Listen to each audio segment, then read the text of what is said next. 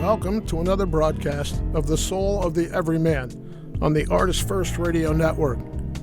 All past shows are available as podcasts. You can find them at ArtistFirst.com. We welcome your questions and comments. Hit us up at DJ@ArtistFirst.com. And now here they are, your co-hosts, Michael and Margaret Lyons. And thank you very much, Z-Man, and I am Michael Lyons. And I'm Margaret. Margaret's sultry tones are coming through a brand new headset tonight. She's going to be even more sexy than usual. Oh, dear. For all you Margaret fans out there. Lordy, help me. Yes, can't you tell it's a nice, snappy, semi-fall evening? Yeah. Yep. You're making me feel inferior. Well, and tonight's topic, it's sort of related to that, but I would say that tonight's topic is really more about consent than it is inferiority. There's an old saying, which is that nobody can make you do what you don't want to do. In other words, and to turn it around, whatever you do, you really cannot be forced to do it. Yes, somebody can threaten you. Yes, somebody can put a gun to your head and say, do this or you will die. But you always have the choice. The choice may not be a good choice, but for you to do anything, it is always an act of volition.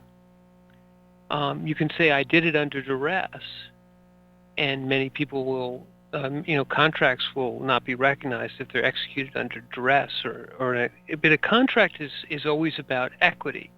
A contract is always about two people coming together in mutual agreement. If you don't agree, and all the most famous, and those who were unsung certainly, but all the most famous dissenters, the Gandhis, the Mandelas of the world, basically were facing a massive threat, either to them personally or to their to those that they loved, or to their country, or whatever it may be, and maybe all three. And the only thing they did, and what struck fear into the hearts of their oppressors, down to the root, Solzhenitsyn, all of them, is they merely said, I will not.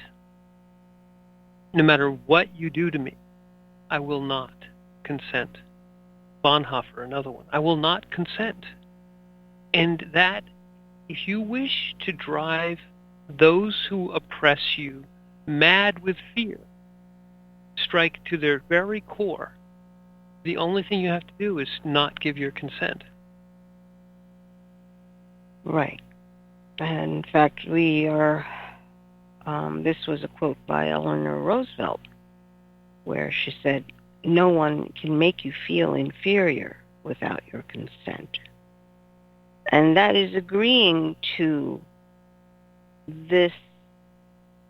If someone says something to you to make you feel inferior, it means that you are agreeing with the statement and the definition of what it is to be inferior. But you have to agree to it. And therein lies the reason for the word consent. You must agree that feeling or situation makes you inferior. And if you don't agree, then in that state you are not inferior. This is one of the reasons why we try to stress at the beginning of the show to make clear the definitions, because in order to communicate clearly an idea or concept or a feeling, you must agree on the words that are being used. agree to the definition of them. You may not agree to the principle of them, but you can agree to the definition of them. Well, and that sort of speaks back to the idea of a contract. The words are a part of our social contract, and before you can have a society, you have to agree on certain ground precepts, certain ground rules. And when societies break down, when one part of a society wishes to oppress another part, or when one human being wishes to oppress the other, make them feel inferior, there is that power doesn't exist in the oppressor. That power that makes you inferior only exists in yourself. Well, in your own mind. In your own mind. If your mind agrees with that, then you've made yourself, you've given permission to be inferior. And that's power of your own mind. It's understanding where you happen to be in a situation where you might have a group of individuals against you about something, and it could be almost anything. All you have to do is look in the schoolyard and see what people are being picked on for. And it's usually insignificant stuff, but they use that to make the person feel inferior. Mm-hmm. And if the person doesn't accept that, if the child or the teenager just says no, then it can't stick. Exactly. It really can't stick unless they start doing physical violence, which is a whole other topic.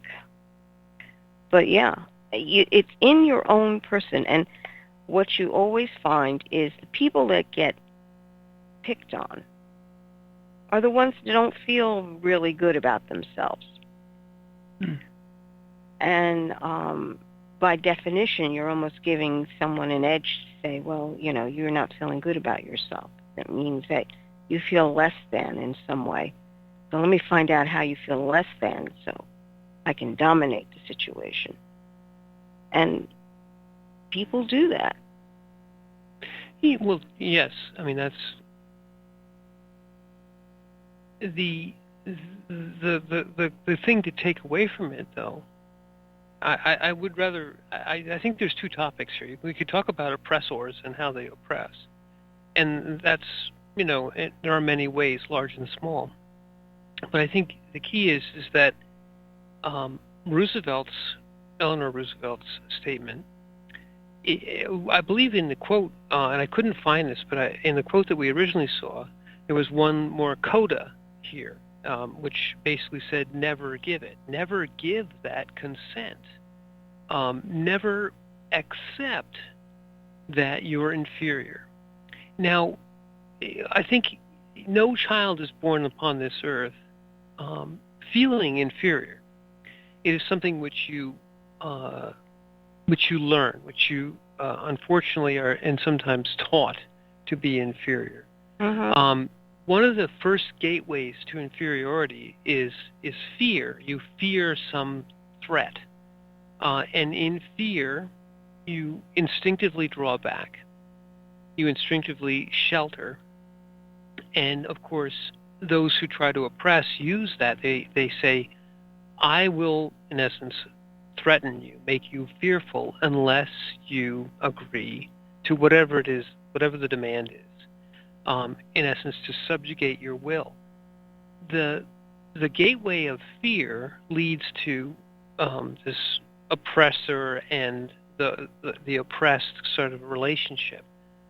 And almost every story in which you find an oppressed person, the only way they are liberated from their oppression, whether it's a physical type of thing, or most likely it's more psychological or mental, is that they have to claim back their power. They have to reject this label, whatever it is, this artificial imposition of inferiority. You see it in every rebellion from the Warsaw Ghetto on up, is that these people who were slowly, inexorably made to feel inferior, and there's no depth to which, once you have started down this path, the oppressor doesn't stop because you said, okay, I'll do this, but then then you'll leave me alone, right? Then you'll let me be free. No, it is a slippery slope, if you will, all the way down to complete and total denial of your free will. No oppressor finds joy in the oppression. They find joy in the control of the other. And they're never satisfied with just a little bit of control. They always go all the way down to, I own your soul. And you can see it even in the schoolyard, but you can see it written very large in societies. And the only thing that stops it is that the individual claims back that power. And the power is simple. No. Right. You basically, even when they've got so much over you to the point where it's a physical domination, you still do not have to give in. I'm not saying it's pleasant. No. But what I am saying is it's yours to give, and there is nothing they can do to wrest it from you, even when they take your life. Right. But no, it's my choice, and I do not give it to you.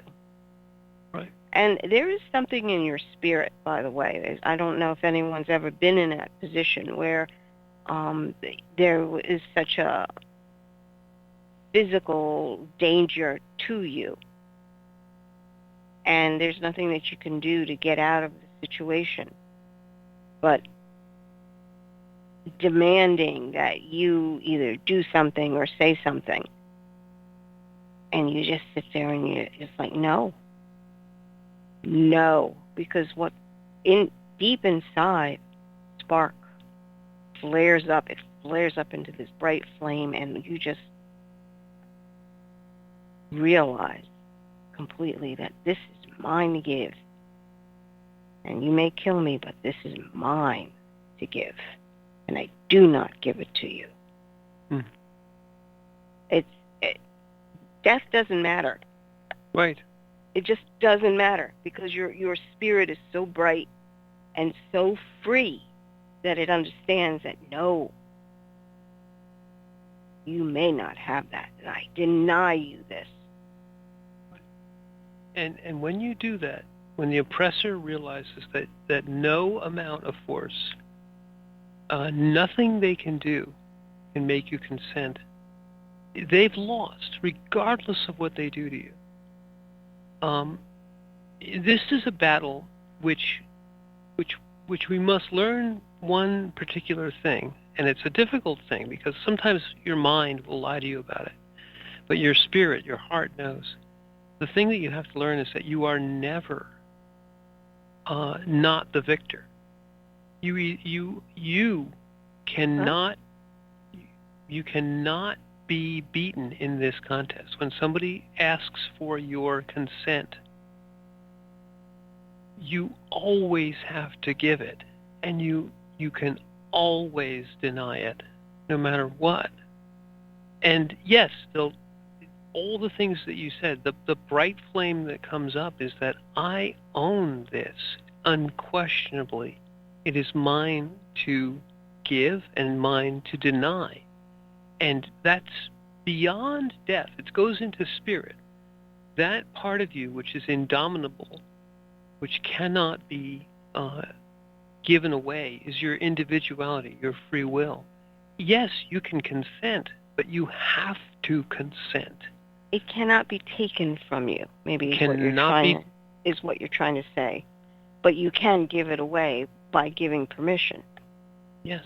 Yeah. Exactly. The thing I say, it cannot be forced from you under any circumstances. You can give it, but you also always have the power to claim it back. Yes, because it's yours. It's yours. It is yours beyond all other influence. It is yours by. I hesitate to say it, but it's true. It's yours by divine right. It is yours because of your individual spark. And your will and your spirit and your soul are knit together so seamlessly that they cannot be separated. You can give your consent. You have the power to say, I will do something. This is also part of it. If you didn't have that power, you would still not have free will, because then it would be denied to you. The point is that that's what they want. And is anyone who wishes to oppress. They want that consent more than they want to oppress you. They want you to give. Well, that's the interesting part, because once you give consent, the other party, the dominator, wants you to believe that you can't take it back. Mm-hmm. They believe that, well, you've given consent, so that's all mine now. You can't reclaim it. And the truth of the matter is, this is your essence. It's yours and no one else's. So you can claim it because it is yours. Right. That's what it means to understand who you are. You may give permission or give something away, realize it's a mistake, but you can claim it back. It's like, no, it's not lost forever. That was a bad experience. I'm claiming me from it, and you can't have any part of me. That's it. I forgive you, you strange whatever, and you just let it go. Because you are not what happens to you. You are much more than what conditions are going on in your life. And whatever label someone may put on you, whether it's a victim or a dominator, it's just a label that's happening in the illusion that's passing in front of your eyes. It's understanding who you really are, and it's not what traits you are and what your favorite color is, your favorite ice cream. It's you are so much more, so much more. And we always go back to the quote in the American Indian lore that says, "We are here to dream the common dream." You need to understand that you are the creator of your dream. You are the dreamer that is interacting in this larger dream. You decide what the interactions are around you, whether or not you participate or not, taking back what is yours, because no one else can own it. Sorry. Even if you've given it, it's still yours to take back. You know the word give, when you give your consent. I think that's an interesting word, because people think of give as something which you can separate from yourself. It's an object. But in fact, giving your consent in this particular means only means this: you apportion part of yourself for a period of time. And it's more like lending. It's more like volition. I will do this. I will not do this. But the part of you which is always yours is the being. And I is another word which is difficult. People associate I with the ego, but the being is inseparable from the will. The being and its will. The will meaning the volition. The I will do or I will not do, never can be separated. In your being state, the only thing that makes a being is the presence and the will. You cannot separate the will from the presence, nor the presence from the will. It doesn't make sense. There's no way to separate them. They are a unit. They are a being. A being is a will, a consciousness with a will. That, as you said very rightly, you can never give that away. People can't never take it from you. These words are incorrectly used. Yes. That's why the definitions need to be very clear. Right. No one can take you, period. No one can take you. You cannot give you. You are you. I'm reminded, of an experience that Christopher had in the hospital and our experience with him.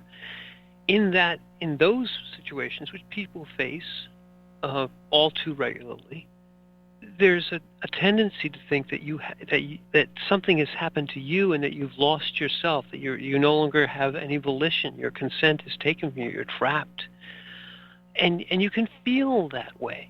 But when you realize that you, the being, the will, and the volition are always there, and that no matter what the disease says, no matter what the authorities or the doctors or whatever the situation says, none of that matters.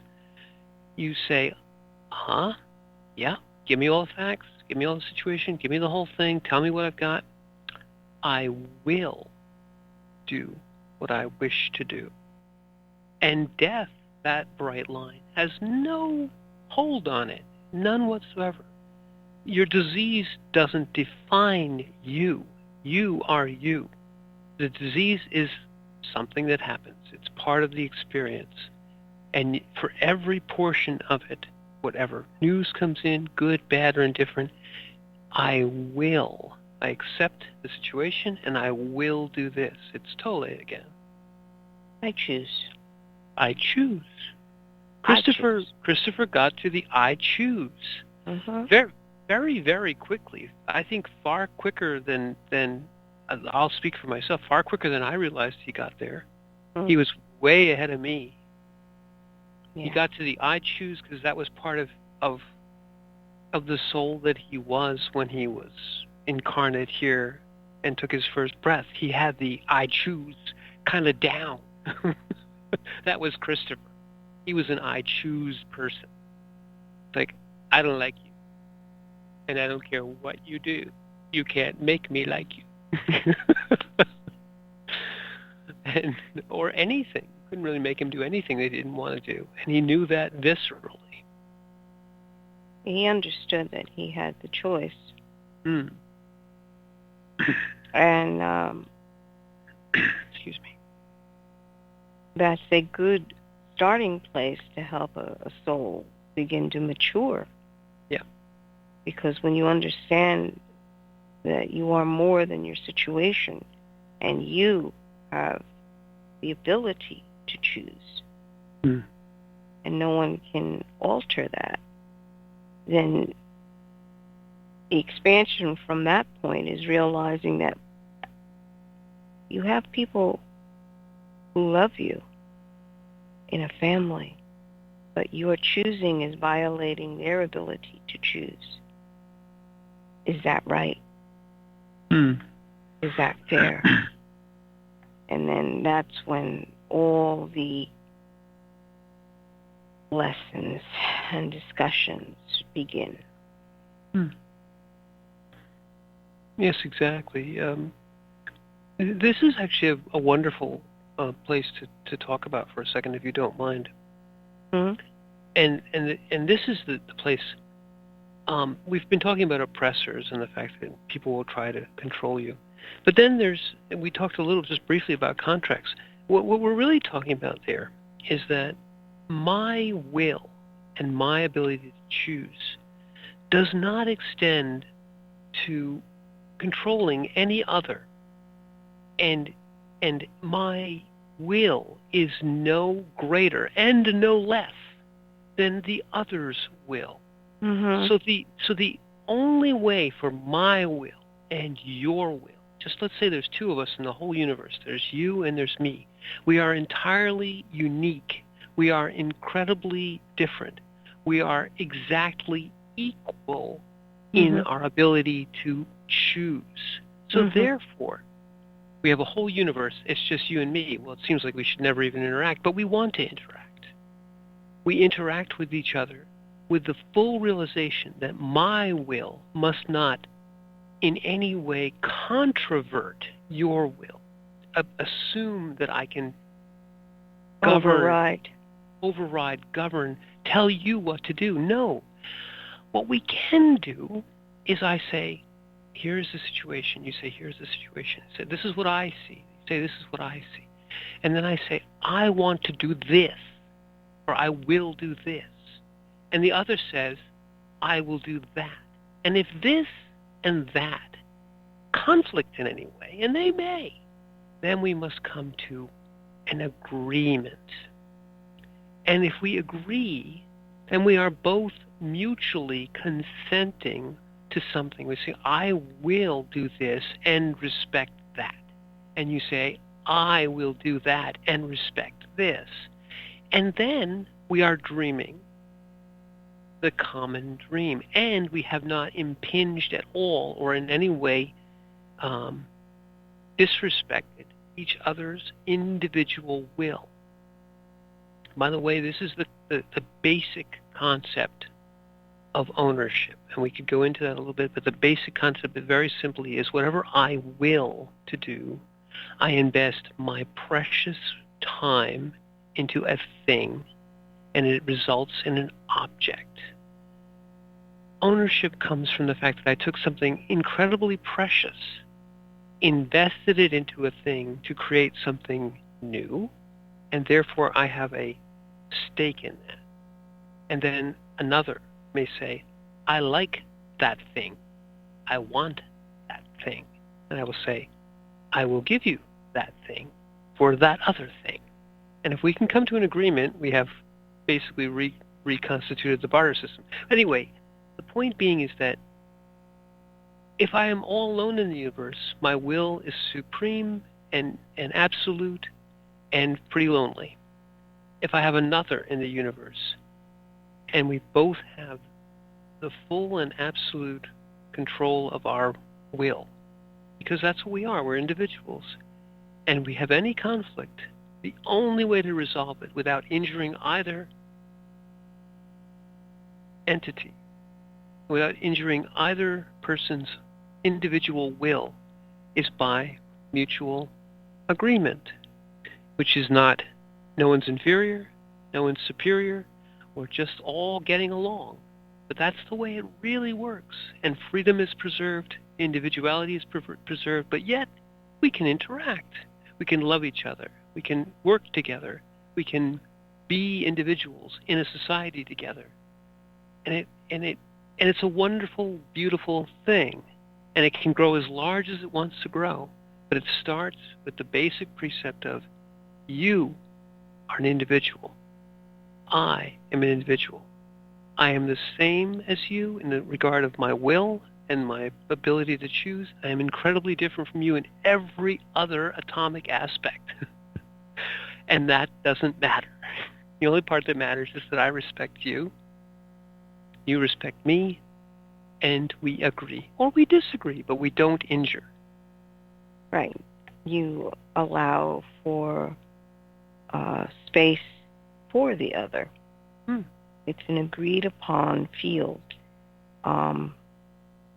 Forcing your will on someone is unacceptable. Mm-hmm. And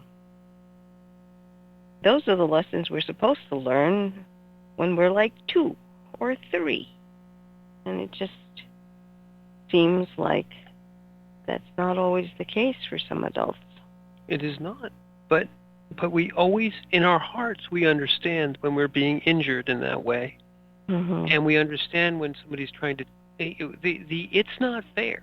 That rallying cry of the 2-year-old Right. is the heart speaking the phrase that you are injuring my will. Right. And we have to agree on this somehow. Let's agree on one thing. Let's go back to the studio, take a little break. Everyone relax, exercise your free will for about 3 minutes, and we'll be back.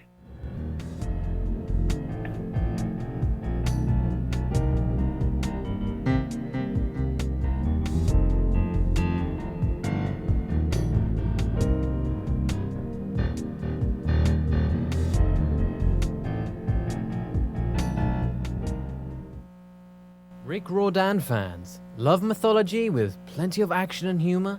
Destroyer's Blood is for you. The new fantasy novel by award-winning author Michael Lynes is book 1 of the adventures of Devkalion, the Blood series. Follow Dev and his magic sword Betrayer as they are suddenly attacked and forced to return to Olympus to fight in a war they want no part in. The world of men and gods is about to be destroyed by Zeus's ancient foe, and only Dev and Trey can stop him. The conflict never stops, and the amazing twist will have you on the edge of your seat. Act now while the ebook is on sale for only 99 cents. Destroyer's Blood is available on Amazon.com, Barnes & Noble, iTunes, Kobo, and fine e-tailers everywhere. And while you're there, get the free prequel, It's in the Blood, available for a limited time. The wait is over. First Blood, Book 2 of the Blood series is out. Your favorite bad boy thief Dev is back, and the beautiful and deadly Trey is right there with him. She is sharp, sexy, and full of surprises. Their adventures continue as a new power arises to threaten the world. The heart of creation is under attack, and time is definitely not on their side as they battle against their enemies' undead hordes. Can they unlock the hidden power that can defeat him, or will his forces draw first blood? Get all 3 installments in the series. Book 0, It's in the Blood. Book 1, Destroyer's Blood, and the new release, Book 2, First Blood, today. Available in ebook and paperback format on Amazon, Kobo, Apple, and most other fine e-tailers. Hi, this is Hannah Ruth from the band Wild Hum. Check out our new Americana Soul CD, Wild Hum, at our website, wildhummusic.com. And you are listening to the ArtistFirst Radio Network. Thank you. There is a Reaper is the story of 5-year-old Christopher Aaron and his life-changing struggle with leukemia. Winner of both the Indie Brag Medallion as well as the reader's favorite silver medal for memoir, There is a Reaper has more than 100 Amazon book reviews and a 5-star rating. It has been described as life-changing, spiritual, a must-read. Just released on Audible and iTunes, this memoir is also available in paperback and on Amazon Kindle for only 99 cents. Get your copy of this life-changing memoir today. The Fat Man Gets Out of Bed is the latest book from Michael Lynes, the award-winning author of There is a Reaper. Featuring 13 original stories, this wide-ranging collection has everything. Forbidden love, gods versus demigods, weird invading aliens, sexy seductive artificial intelligence, and unusual passion between the living and the dead. All set amidst fantastic worlds of pain and loss and boundless joy. From the sublime to the macabre to the bittersweet, The Fat Man Gets Out of Bed will leave you breathless with laughter, brimming with tears, trembling with suspense. Available now on Amazon.com, Google Play, iTunes, Kobo, and fine e-tailers everywhere.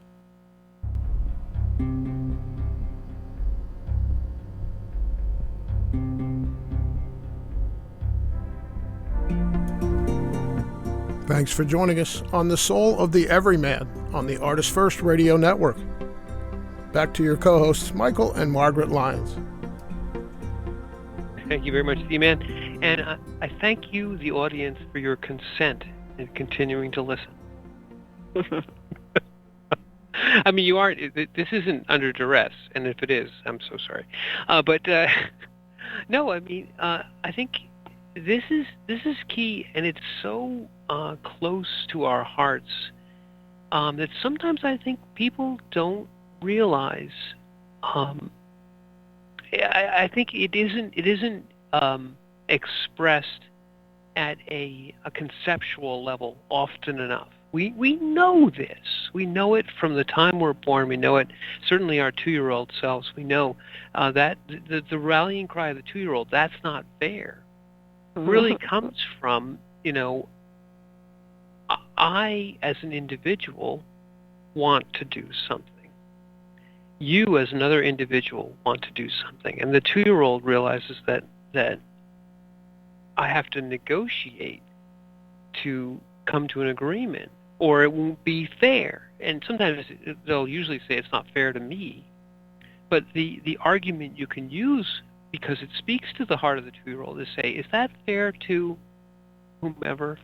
Would you like that? That usually will stop at least a person to whom you explain that, here's Johnny, here's Susie, and what you're doing to Susie's whatever toy or whatever isn't fair, and you wouldn't like that. It's this do unto others as you would have done to you. The golden rule is an expression in so many words of the fact that you can relate to the other in the sense that you wouldn't like if the other is having something done to them, or you're attempting to do something to the other, turn it around. This is always a good basic morality. The good basic rule of morality is whatever you would like to do, if you apply it in the way that you say, well, I'm going to do this, I'm going to have somebody do this to me.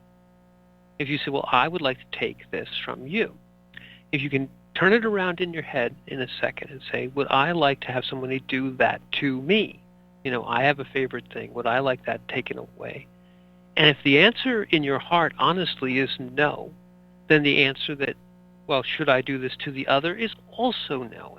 And that comes from what we said earlier, is that we are all incredibly different, yet incredibly equal at the level of our preciousness of our life, our individual will, and the fact that what we what we own, what we have invested ourselves in, our precious time and our precious efforts in, acquires a value to us which can't be taken away without some commensurate value. It can be, certainly you have the full will to do whatever you wish and to give it away and say, I don't want anything back. But that's you saying to you that this is what I wish to do. I wish to have a child and spend the rest of my life helping them. Well, doesn't that sound unfair? It is, but you do it because you love these people. You sacrifice is a word which is used improperly a lot, because people think of it as being something taken away. True sacrifice is I give freely of myself to something which I consider more precious than the time I give it, or as precious as the time I give it. So yes, you put yourself into indefinite servitude to these ingrates, but that's okay, because you love them, right? It's okay, isn't it? And eventually they grow up and they're nice sometimes. But I mean, that's not the point. The point is, What are you? I'm just being idiotic. But the real point is. Here's the point. Yes, the actual real point is that the basis from the individual and the inviolate will, you can develop the whole basis for society. You can develop the whole basis for morality. You can develop the whole basis for a law system, for a societal rule system. Because all of it comes back to my will and what I wish to do with my precious time in existence. My consciousness and my will must not injure the others' inviolate consciousness and will and their precious time. So once you start with a universe in which you exist and I exist, and you are as equal in power of will and in consciousness, existence, being, as I am. We are two beings, completely separate, completely individual, yet equal at the level of will, equal at the level of consciousness. And therefore, it is improper, immoral, I dare use the word, to injure the will or the consciousness of the other, because the other is you, and you are the other in the sense of equality. That is true equality. The true equality is your consciousness and my consciousness have exactly the same amount of right to exist. Right. And right to not be injured by another Right. in any way. To the extent that you are injured by the other, you must consent. And to the extent that the other will try to injure you, they are acting immorally. Because if you will to injure the other consciousness, you are in essence willing to injure yourself, because it is of the same order. It is of the same power. We are all, we say it in many ways, but we are all scions of the one spirit, of the one consciousness.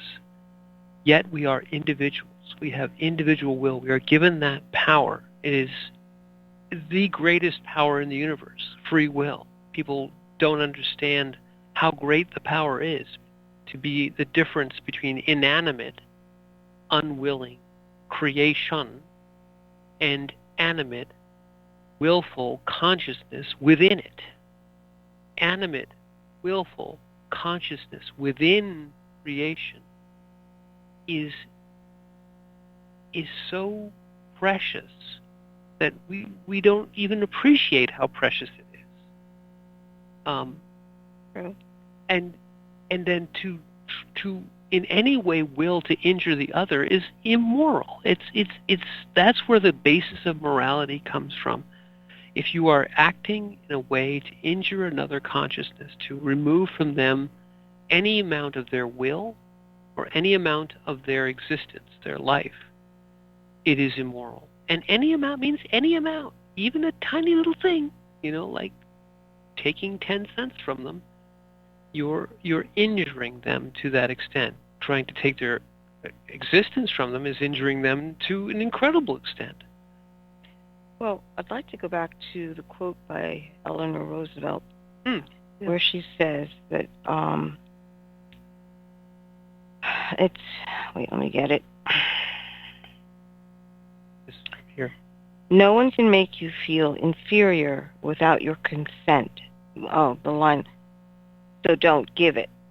Right. That there's another line that applies. It's going back to the concept of inferior.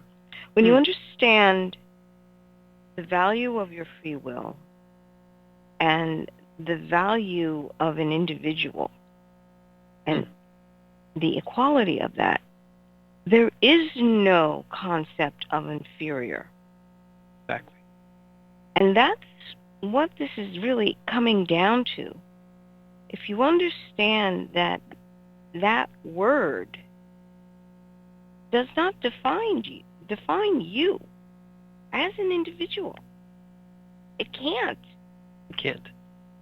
But to accept the word inferior means that you have dropped away all the things that make you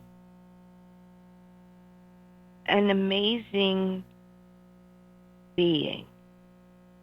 Free will is an amazing ability and right to have. Not everything has free will.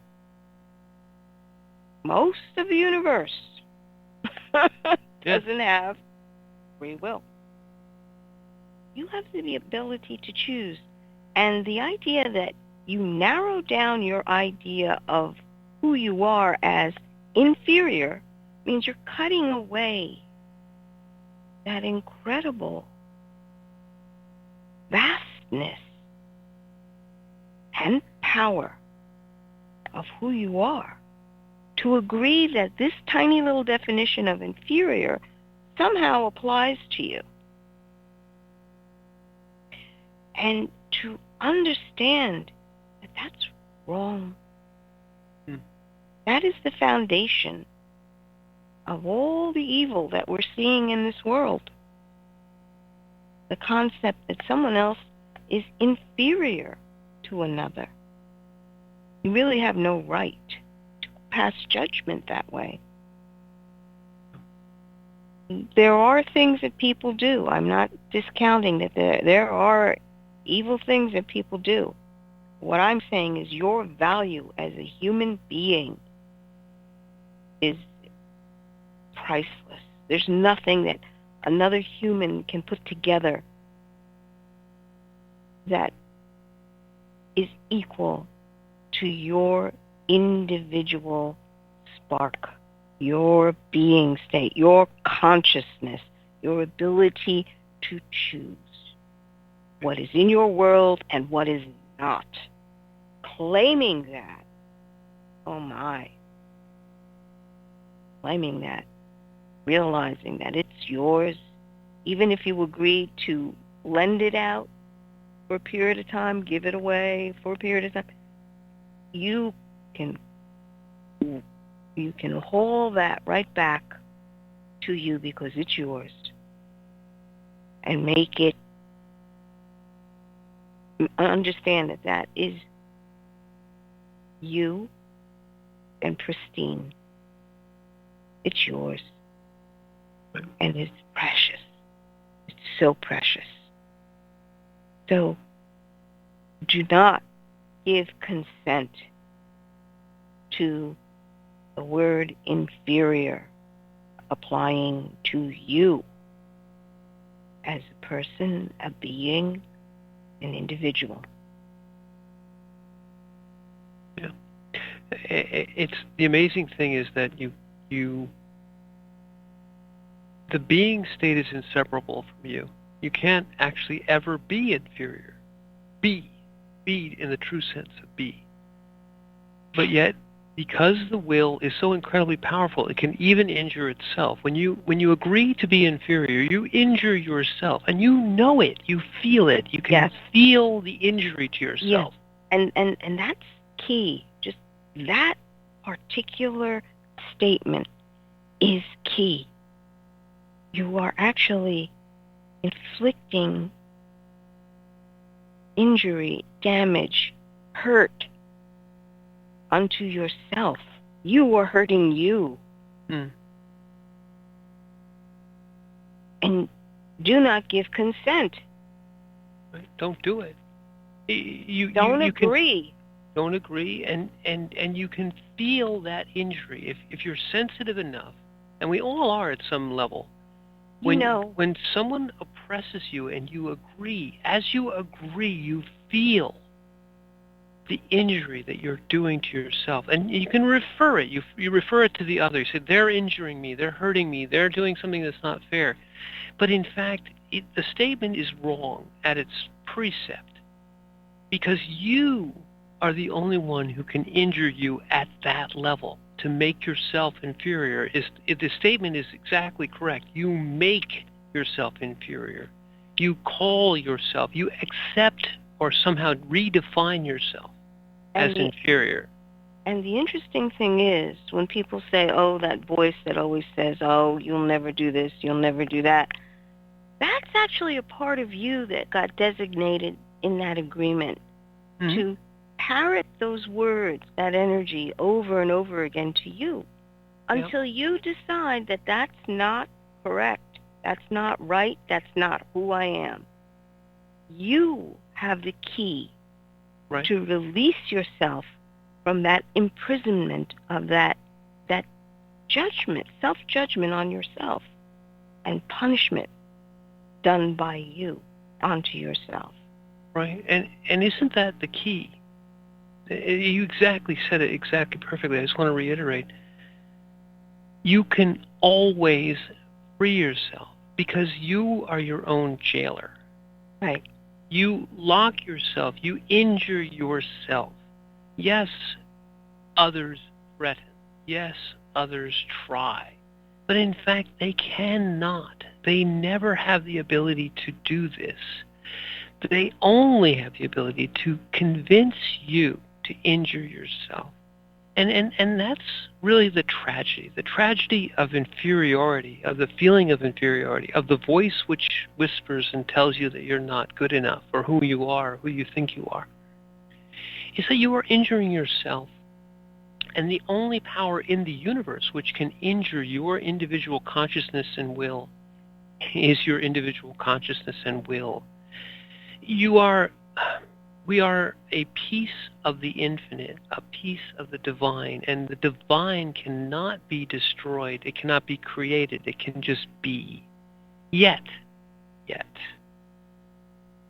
sadly, but perhaps because free will is so incredibly powerful, it cannot be limited. It has the ability to injure itself. People have said, the ancient one could God create a rock that he couldn't lift? Well, God can do anything, so of course he can create the rock. But then God can do anything, so of course he can lift anything. It doesn't matter. The point is that really the only God which can injure itself is you. Your divine spark can injure your divine spark, not permanently, but in a way that's disfiguring and limiting, and ultimately it's an abuse of self by self. Yet, in the infinitely depths of mercy, of grace, is you can always free yourself too. You can always forgive yourself too. You can always reclaim, because you never lost it. You just told yourself you lost it, and you believed yourself. And you can just say, I'm sorry, that was a lie that I told myself, and now I will release myself from this prison I built around me and go back to that from which I came, the state of which I came, which is the being state. I'd like to go back to the point of forgiveness. Yes, please. Because forgiveness means that you forgive yourself for the mistake that was done, whatever it may have been, whatever repercussions you have had. But you must forgive yourself of that, and you realize at this point that that's not where you really wanted to be. And that's not where you really wanted to go. It was an experience that you as a consciousness have gone through, but that is not who you are.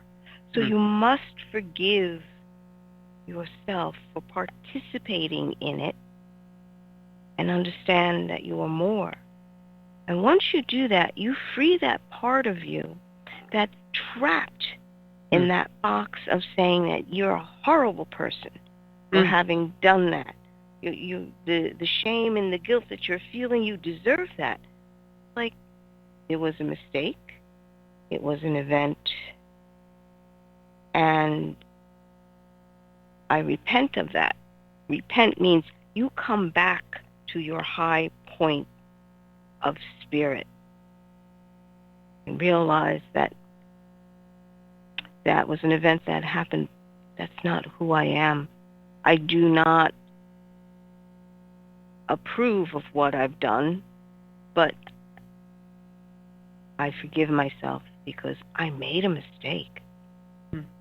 That was wrong. I shouldn't have done that.